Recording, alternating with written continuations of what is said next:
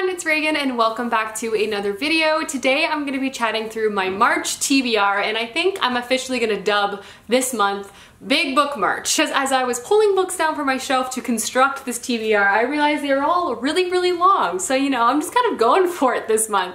But without further ado, let's go ahead and dive right into the video. So the first book I'm going to chat about is the book I am currently reading, and that is the second book to the Inheritance trilogy by N.K. Jemisin, which is actually called The Kingdom of Gods. And I'm actually really intrigued to see where book 2 takes off, because as I kind of was saying in my wrap-up, my reading vlogs with this series, is that the first one felt like very much a contained story, and from what I can infer so far of reading the second book, it definitely is following a new set of characters, but kind of definitely inspired by this world, which is very much enriched and controlled by God. The first one basically followed our main character as she kind of went to a super powerful kingdom, was really involved in the politics as she was fighting to become the heir of this really powerful family, and she was also involved in a godly plot to free the gods that are currently enslaved by that family. So all the events happen in book 1, and now we move into book 2, which so far at least follows our main character who is blind, but she can see the essence of gods, and there are a bunch of gods, and I think they're like half human, half god, and they all have different powers, and I'm pretty sure it's coming out of the aftermath of what was happening in book 1.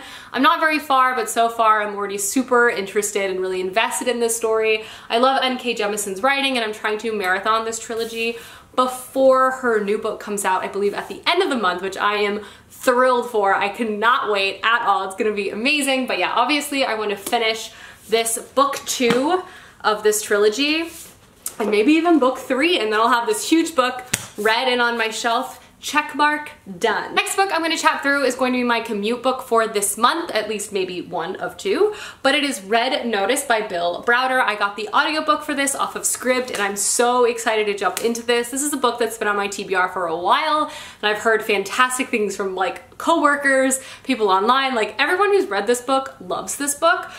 This is basically a non-fiction novel, true events, true story, following our main character who's writing this, I think, about himself. But basically, he is like an investor in America, like really powerful in the financial world. And essentially the backdrop for the story is right after the fall of communism, a lot of market uncertainty was happening within Russia. People were kind of power grabbing to take control of once like government-owned properties as they became kind of like publicly owned. He moves to Russia and like tries to get involved in this race to acquire things, and I think it like deeply endangers his life. I think he almost dies. There's like hits out on him.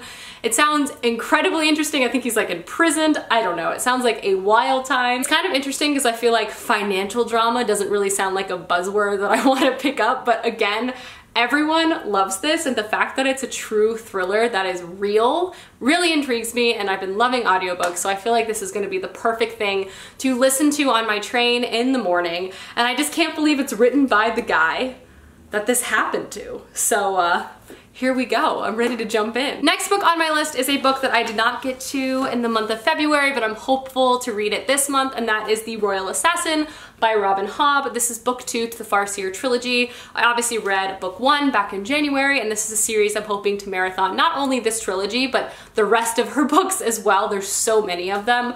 But this follows our main character Fitz, who in the first one, we watch him grow up from childhood through like his early adulthood as he's becoming trained to be an assassin. You see him kind of navigate court and politic life and kind of go on some small adventures. This one I think kind of takes off right where that one ends, and we're kind of following perhaps like his 20s and 30s as he becomes officially the royal assassin.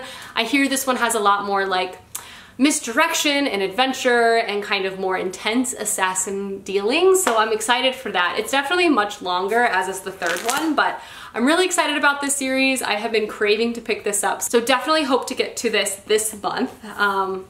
Because I love fantasy. I love long fantasy books, and that's just never gonna change. Next book on my list is Chain of Gold by Cassandra Clare. This is the first book to her new trilogy, the Last Hours trilogy, and I'm really excited to pick this up. I've heard some like really good things so far. I haven't heard much because I don't think this book is technically out yet, but I really want to pick up this arc this month and give this a read really soon. I'm hopeful it's really addicting and angsty. I hope there's a love triangle. I hope it has it all, and I just want to be invested, and I want to cry. I want all of that. But I believe this is also set in the UK, London specifically, at the turn of the century. I'm not quite sure who else, but I'm sure there's a Carstairs and perhaps a Herondale thrown in there, and I am ready for it. I kind of don't want to know too much going into this. I really want to be surprised and amazed and wowed and all of that.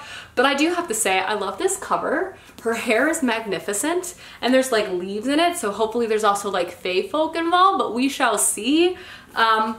But I'm jazzed. I can't wait to read this. Next on my list is a reread, and that is The Crown of Feathers. This is because the sequel just came out and I really want to pick that up soon, but as I said in my TBR of the year, I feel like this is a book I need to reread before I pick that up. This is a YA fantasy novel I read about this time last year and I really enjoyed it, but I've honestly forgotten a lot of the small details and I want to make sure I'm like up to speed, up to date before I pick up that next book.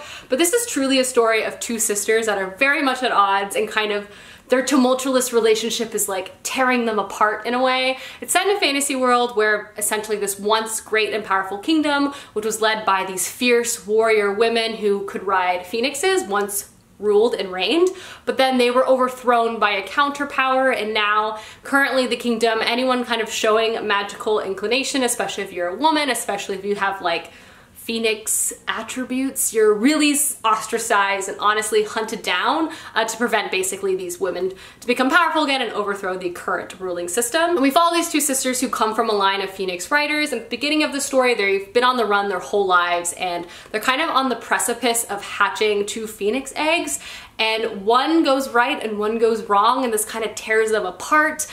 We follow them on two different journeys then. It's so good. It's a very intense book with very intense relationships. It's multiple perspective too, so we do have a prince involved in the story as well. It's really great. I really enjoyed the first time around. I just want to give it a reread in anticipation of the sequel that just came out. The last book on my list is definitely highly anticipated. Should have read this already, but I'm finally getting to it, so that's what matters, and it is The Burning White by Brent Weeks. This is book 5 to the Lightbringer series, which has been one of my all-time favorite fantasy series for many a moon, many a year, and I have been putting off reading this final book for too many months, but I feel prepared mentally. I think I might read a few recaps before jumping into this, but again, I've heard great things about this book doing a great job recapping. But this is one of my favorite multi-perspective fantasy series. It has one of the most unique magic systems, where in which it's based on this spectrum of light, and essentially the more colors within this spectrum you can control, the more powerful you are.